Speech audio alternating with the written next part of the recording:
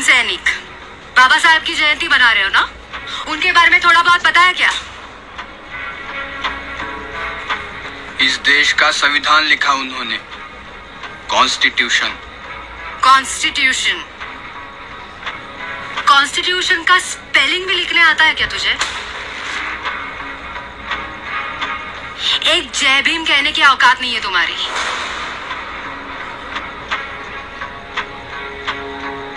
महाराज का काम और बाबा साहेब के विचारों का प्रसार करने के लिए तुम्हारे जैसे नालायक भक्तों की जरूरत है। सुन रहा हूं तो ज्यादा बोलने का नहीं। हाथ नीचे रख, नहीं तो सबके सामने कान के नीचे बजाऊंगी।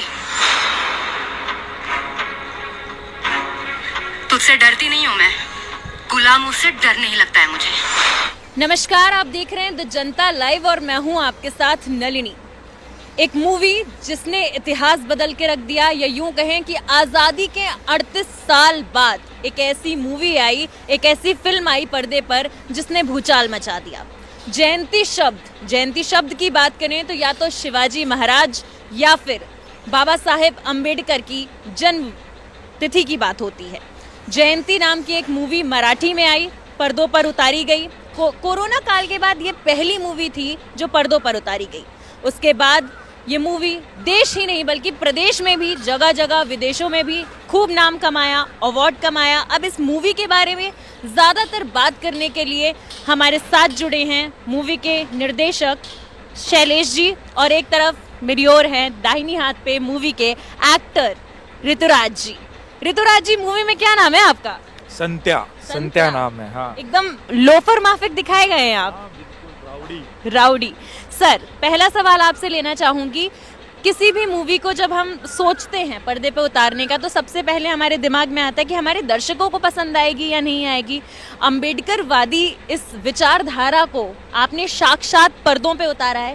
पहली बार ऐसा हुआ है कि सिनेमा घर में एक इस तरीके की मूवी आई, मराठी में वो आई, उसने बहुत नाम कमाया और इतना अच्छा नाम कमाया कि उसे हिंदी में अमेज़ॉन प्राइम पे लाया गया। कैसा महसूस हो रहा है? मुझे लगता है कि जिस उद्देश्य से हमने फिल्म बनाई थी और जो मेहनत उस फिल्म को बनाने में गई है, अब जब हिंदी में ज़्यादा लोगों के सामने वो फिल्म आ रही है तो मुझे लगता है कि हम कहीं ना कहीं उसमें सक्सेसफुल हुए हैं। मराठी में जब ये फिल्म महाराष्ट्र में लगभग 150 थिएटर में हमने रिलीज़ की थी तो काफ़ी अच्छा रिस्पांस मिला था, और उसी को देखते हुए जो डिमांड थी कि हिंदी में हमने करना चाहिए, हिंदी में हमने लेके आए। और अभी 12 तारीख से जो एक वापस एक सोशल मीडिया पर जो डिस्कशन शुरू हुआ है, लोग फिल्म देखकर जो व्यक्त हो रहे हैं, तो वो सुनकर हमें लग रहा है कि जो इंटेंशन था, जो ऑब्जेक्टिव था हमारा, वो पूरा हुआ है। 12 नवंबर 2021 में ये पहली बार पर्दे पर उतारी गई। गल्फ कंट्रीज में भी मूवी को चलाया गया, अमेरिका, ऑस्ट्रेलिया, कनाडा और साथ साथ कुवैत जैसे देशों में, जहां जितने शो लगाए गए सारे ही शो हाउसफुल थे। एक सवाल जो है वो उभर के आता है कि पहली बार एक ऐसी मूवी जिसने SC, ST, OBC, मुस्लिम सारे समुदाय के लोगों को एक कहते हैं गठित तौर पर दिखाया, एक किरदार में पिरोया। कैसा लगा आपको उस किरदार को दिखाने में, और क्या कहीं कोई मुश्किल आई इस तरीके की स्क्रिप्ट पास करने में? फिल्म की स्क्रिप्ट लिखने में काफ़ी समय लगा। कई लोगों से मिलकर बातचीत हुई। मेरा खुद का जो ऑब्जर्वेशन था, मैंने खुद 10 साल मीडिया में काम किया है, तो मीडिया में रहते हुए समाज को देखने का एक ज़रिया होता है हमारा, और उसी के बेसिस पर ये सारे कैरेक्टर्स, ये कहानी बनी, और लोगों से बात करते करते उसको और रिफाइन करना पड़ा, वो हुआ। लेकिन अब जब लोग देखकर, या खासकर वो लोग जो समाज में काफ़ी काम करते हैं, जो कैरेक्टर आपने माली सर का देखा है पर्दे पे, ऐसे माली सर समाज में बहुत होते हैं, उन लोगों से जब ये सुनने को मिलता है कि बहुत रियलिस्टिक लग रहा है सब कुछ, कहानी बड़ी ओरिजिनल लग रही है। कहते हैं कि संत्या की जो जिंदगी, जो जीवन में बदलाव था, उसमें माली सर का बहुत बड़ा हाथ था, क्योंकि मैंने खुद भी मूवी देखी है। तो उन लोगों से जो काम करते हैं, उन लोगों से ये पीठ थपथपाना कि काफ़ी सब कुछ रियल लग रहा है, क्योंकि उन लोगों ने, अगर उन्हें पसंद नहीं आया होता कि यार ऐसे नहीं होता है, आपने ये गलत दिखाया है, तो शायद हमें लगता है कि कुछ कमी रह गई है। लेकिन अब जब वो उनकी तरफ से प्रशंसा हो रही है तो मुझे लगता है कि काफ़ी अच्छा, काफ़ी लेवल तक हमने काम किया है। हाँ, तो संत्या भाऊ कैसा तुम्ही ट्राय कर रही हो मराठी सीखने का. अभी हाल फिलहाल में 2-4 शब्द सीखे हैं कि वसा वसा. तो जब आपके पास किसी भी हीरो के पास सबसे पहले जब स्क्रिप्ट आती है तो वो मूवी तभी वो डिसाइड करता है कि उसे मूवी करनी है नहीं करनी है जब उसे स्क्रिप्ट में लगता है कि भाई जोरदार स्क्रिप्ट है. स्क्रिप्ट जब आपके पास आई तो आपका स्क्रिप्ट पढ़ने के बाद क्या रिएक्शन था? जब मुझे स्क्रिप्ट नरेशन दिया गया तो मुझे ऐसा लगा, और मैं जेन्युइनली मुझे ऐसा लगा कि ये जो स्टोरी है ये लोगों तक पहुंचनी चाहिए. और मुझे ये फिल्म नहीं लगी, मुझे एक विचार लगा जो लोगों तक पहुंचना चाहिए. और बहुत सी बहुजन फिल्म बनी है और उसमें एक देखा जाता है तो वो विक्टिमाइज दिखाए जाते हैं मोस्टली. हमेशा उनके दलित साथ समाज शोषण को हो रहा है. शोषण. इस फिल्म में ऐसा था कि शोषित तो था ही, विक्टिम कार्ड नहीं था, उसका सॉल्यूशन था.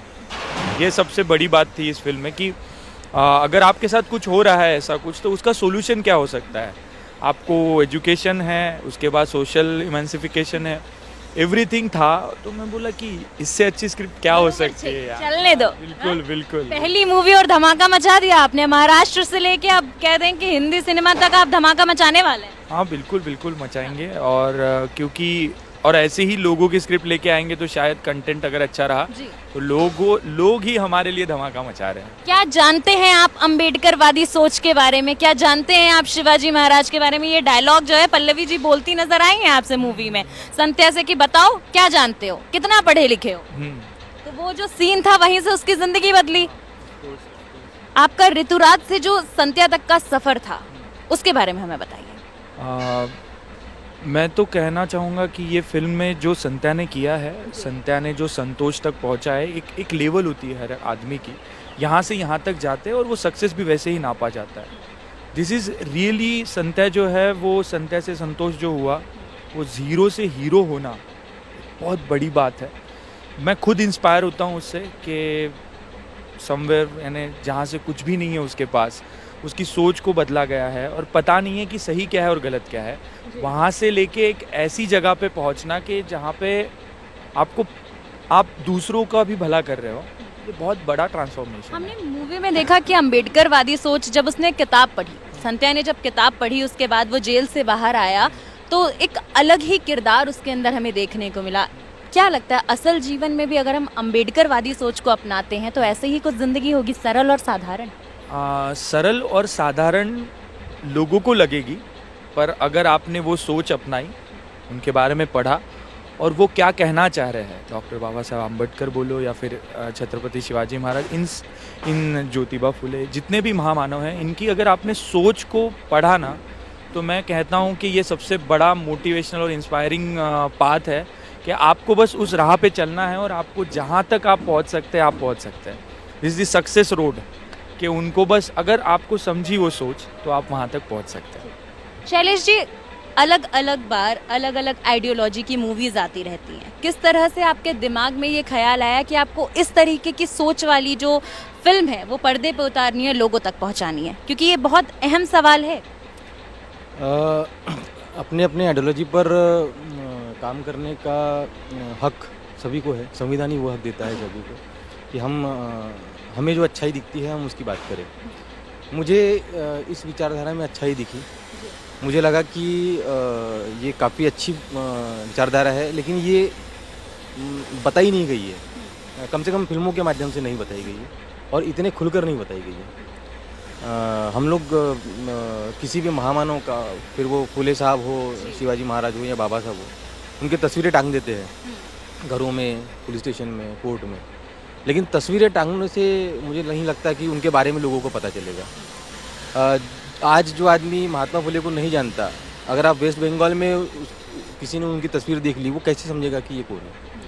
हमें उनके बारे में बात करनी होगी, उनके काम क्या थे, उनके विचार क्या थे, हम उन्हें क्यों बड़ा समझते हैं, उन्होंने ऐसा क्या किया है. मुझे लगता है वो आना चाहिए संवाद में, और हम जयंती में हमने वही किया कि हमने सिर्फ तस्वीरें नहीं दिखाई. सर, ये जो जयंती नाम का चयन किया आपने, ये किस सोच को लेकर किया? मुझे एक ऐसा टाइटल चाहिए था जो सीधा हो, सरल हो, लोगों से ज़्यादा परिचित हो, ज़्यादा लंबा ना हो ताकि लोगों को बोलने में तकलीफ़ हो. एक छोटा सा शब्द जो जल्दी से कोई उसके जहन में बिठा ले. हाँ. तो और ये बहुत अप्रोप्रिएट था फिल्म के कहानी के हिसाब से. आपने एक शब्द की बात की, आपने कहा कि आपकी ही बातचीत से एक सवाल निकालती हूँ, आपने कहा कि अलग अलग फिल्मों में हमें देखने को मिलता है जितने भी हमारे महापुरुष हैं उन लोगों की तस्वीरें टंगी होती हैं पीछे, लेकिन पहली बार एक ऐसी मूवी आई 38 साल बाद की जिसमें बाबा साहेब की तस्वीर संध्या के घर में टंगी मिली, संध्या के हाथ में किताब दिखी, पूरी अम्बेडकरवादी विचारधारा उस मूवी में देखने को मिली। इस तरह से पर्दे पे आपने इस मूवी को उतारा, उसके बाद लोगों के किस तरीके से रिएक्शंस आए, क्योंकि पहले के तो आए ही आए, मूवी के बाद किस तरह से बदलाव आए वो जानना चाहती हूँ। मेरा पर्सनली एक ये थी, मुझे पर्सनली लगता था कि इसके पहले जिन लोगों ने काम किया है वो सिर्फ तस्वीरें देखकर रुकते थे। मुझे लगता था कि ये सही तरीका नहीं है, एटलीस्ट मुझे ऐसा लगा कि मैंने इससे आगे कुछ करना चाहिए, और मैंने तस्वीरों पर न रखते हुए उससे आगे गया। मैंने डायलॉग्स में उन लोगों को लेके आया, उनके काम को, और फिल्म रिलीज़ होने के बाद में जब लोगों के फीडबैक्स आए तो लोगों का ये कहना था कि इस तरीके का कंटेंट हमने एक्सपेक्ट ही नहीं किया था कि आप इतने खुलकर कैसे बात कर सकते हैं, और इतना खुलकर बात करके भी आपकी फिल्म सेंसर से निकल गई, हम तक आई। सेंसर से निकल गई, और मज़े की बात यह है कि कल पूरी रात मैंने निकाल दी ये ढूंढने में कि कोई एक क्रिटिक्स मुझे मिल जाए जिसने खिलाफत की हो, क्योंकि पत्रकार तो भाई हर पहलू की बात करता है, तो मुझे चाहिए था कि कोई क्रिटिक्स और मैं एक सवाल निकालूं, लेकिन एक क्रिटिक्स नहीं था। सर ये बहुत बड़ी बात। ये आप हमारे जितने भी वीडियोज़ है यूट्यूब पर या फेसबुक पर जो पोस्ट है उसमें भी आप कमेंट्स पढ़ेंगे तो निगेटिव नहीं है, लोगों को शायद नहीं दिखा वो, या तो मुझे लगता है कि ये हमारी कामयाबी है और ये पूरी टीम की कामयाबी है कि उन्होंने एक ऐसी फिल्म लेके आई है जो लोगों को उसमें जो मिला वो दूसरी फिल्मों में नहीं मिल रहा था। जी संध्या साहब, आपसे अगर बातचीत करें तो इस मूवी को रिलीज़ हुई, मूवी के बाद आपकी ज़िंदगी में किस तरीके के बदलाव आए, व्यक्तिगत तौर पे भी, क्योंकि पहली फिल्म थी आपकी, कहते हैं ना कि फिल्म लगातार जो है फिल्म करते रहो तो आपको स्टारडम की आदत हो जाती है, लेकिन पहली मूवी और इतनी बड़ी सुपरहिट कि आप मराठी सिनेमा से सीधे हिंदी सिनेमा में कूद गए हैं, तो कैसा महसूस हो रहा है और क्या क्या बदलाव देखने को मिला? जयंती ने तो बहुत कुछ दिया है। मराठी में फिल्म थी, फिर भी बहुत से इंटरनेशनल कंट्रीज़ में वो रिलीज़ हुई है, और उसके साथ साथ अभी हिंदी में आप सबसे मुलाकात हो रही है, बातचीत हो रही है, बहुत कुछ दिया है। और मैं जिस रीजन से बिलोंग करता हूँ वहाँ से शायद मैं since 1954 best debut film fair जिसको मिला है वो मैं पहला। सो इतनी बड़ी बात, और हमेशा डायरेक्टर सर हमारे बोलते थे कि अब हम अगर यहाँ पे आए हैं तो अपना नाम रजिस्टर करके रखना पड़ता है। कर तो लिया रजिस्टर। हाँ, तो वो एक फीलिंग जो है वो जयंती ने दी है मुझे। पहली मूवी अवार्ड विनिंग, अब घर वाले किस नज़रिए से देखते हैं? जब एक्टर बनना था तो घर वालों ने सपोर्ट किया था? हाँ, सपोर्ट इन द सेंस, हाँ तुझे जो करना है वो कर बोला था। वो हमारे पीछे थे। वैसे मैं तो इंजीनियरिंग किया और एमटेक भी किया उसी के वजह से कि घर वालों ने बोलना नहीं चाहिए, देखो आपको जो चाहिए वो मैंने किया है, अभी मुझे जो चाहिए वो मैं कर रहा हूँ। अच्छा, मतलब बरोबर है कि आपको इंजीनियरिंग मांगता था तो अपन किया, बट अब अपन को एक्टर बनना है तो अपन मुंबई में घर बनाएगा। बिल्कुल, तो वैसे हमने किया, पर जो उपलब्धियाँ है, और स्पेशली मुझे याद है वो किस्सा जब मेरे पिताजी ने फिल्म देखी थी, और उन्होंने देखने के बाद सबसे पहला फ़ोन शैलेश जी को किया था, क्योंकि इस फिल्म में जो माली मास्टर जी जो है उनका जो किरदार है वो एक शिक्षक का किरदार है, और मेरे पिताजी शिक्षक है, तो उन्हें पहली बार ऐसा लगा कि किसी शिक्षक की वजह से भी सोसाइटी में इतने बदलाव आ सकते हैं, ये उन्हें महसूस हुआ, और उनकी तो मेरे प्रति देखने की नज़रिया ही चेंज हो गया अभी, तो बहुत बड़ी बात है। तो ये थी हमारी बातचीत जयंती फिल्म के निर्देशक और उसके हीरो से, उनसे हमारी बातचीत हुई। एक चीज़ जो पूरी मूवी में हमने उभर के देखी है वो है शिक्षक। एक शिक्षक समाज को बदलने की दम रखता है, ऐसी ही एक शिक्षिका हमारे बीच मौजूद थी, माता ज्योतिबा और माता सावित्री और उनके पति, जिन्होंने समाज को शिक्षित करने के लिए बड़े बड़े कदम उठाए। माता सावित्री ने अपनी ज़िंदगी दी समाज सेवा में। बाबा साहेब की बात करें तो बाबा साहेब ने समाज के लिए हर तरह से कर्मठ होकर कार्य किए, और बात अगर छत्रपति शिवाजी महाराज की जाए तो उनका भी बहुत बड़ा योगदान रहा हर तरीके से समाज में। तो कुल मिलाकर पर्दे पर दो महान भावों की स्मृतियां उतार देना इतनी खूबसूरती से जयंती में। तो अगर आपने जयंती अभी तक नहीं देखी है तो मैं आपसे अपील करना चाहूँगी कि अमेज़ॉन पे जाइए और जयंती देखिए। किस तरीके से, कितनी खूबसूरती से इन्होंने अम्बेडकरवादी होने का दावा करते हुए एक सरल स्वाभाविक जीवन को दिखाया, किस तरीके से बदलाव जो है एक इंसान के जीवन में इस मूवी से हुआ, आप देख सकते हैं, और अपनी खुद की ज़िंदगी में इस तरीके का बदलाव अपना सकते हैं।